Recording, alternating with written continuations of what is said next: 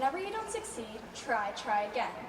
We have all heard the saying at least once in our lives, but do we ever listen to it? Hi, I'm Melanie Witte, 15 years old and a 6-year member of the Porter Gang 4-H Club.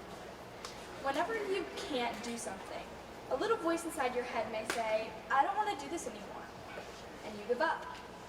To change this self-defeating thought in your head, I'm going to give you a few examples of some very famous people who could have given up but didn't.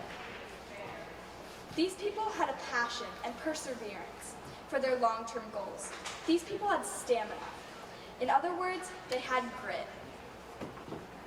My first example of failure to success is Walt Disney. I know, this is unbelievable that the creator of the Disney Dynasty movies, Disney World, and all could have ever been a failure. He actually had a number of failures and setbacks that included bankruptcy.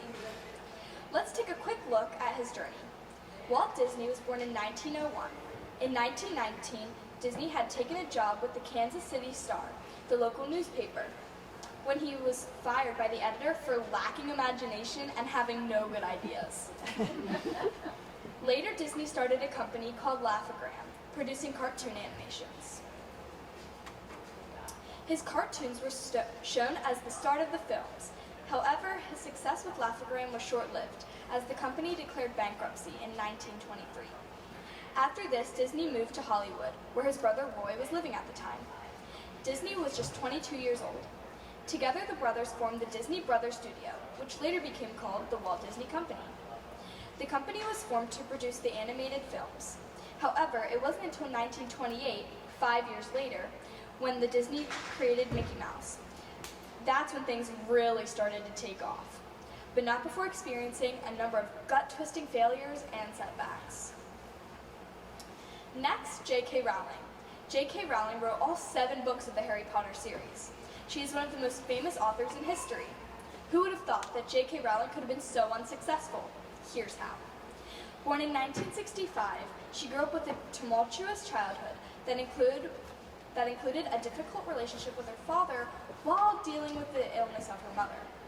At the age of 17 years old, she applied to Oxford University, but was rejected. She enrolled at the University of Exeter, where she received her Bachelor in Arts and French in Classics. One day, while on a train in 1990, the idea of a young wizard popped in her mind. She was 25 years old. A few short months later, her mother died. She decided to move to Portugal to teach English. Sadly, she married a man that eventually ended in divorce. With only 3 chapters of Harry Potter completed at the end of 1993, she moved to Edinburgh to live with her sister. At that point, she failed at just about everything she ever attempted to do. She was diagnosed with clinical depression and was suicidal. 2 years later, 5 years after the initial idea had come to her, she managed to finish the manuscript for Harry Potter and the Sorcerer's Stone. She tried for a year to get it published, but all 12 major publishing houses had rejected her book. Big mistake. It wasn't until 1997 when a small literary house in London named Bloomsbury decided to publish her book, 7 years after the initial idea for The Young Wizard.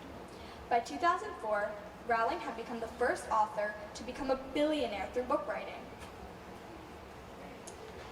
My last example of failure to success is Winston Churchill. Winston Churchill, born in 1874, was the Prime Minister of the United Kingdom, 1951 to 1955. In 1893, Churchill applied to attend the Royal Military College. He failed that exam 2 times, and on the 3rd try he succeeded, but only after changing from the infantry division to the cavalry division, which had a lower entry requirement. During his political career, he lost a total of 5 elections.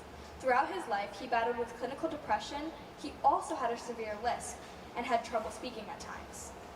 To sum it up, Churchill was one of the most successful and renowned politicians to ever live. On the road from failure to success, I have found a common thread. Winston Churchill so famously summed it up by saying, "Success is not final. Failure is not fatal. It is the courage to continue that counts." Success consists from going from failure to failure without loss of enthusiasm. So next time you fail at something, think about what path you want to take. the path that'll eventually lead you to success, or the path that'll dead end your dreams. I say have grit. Thank you.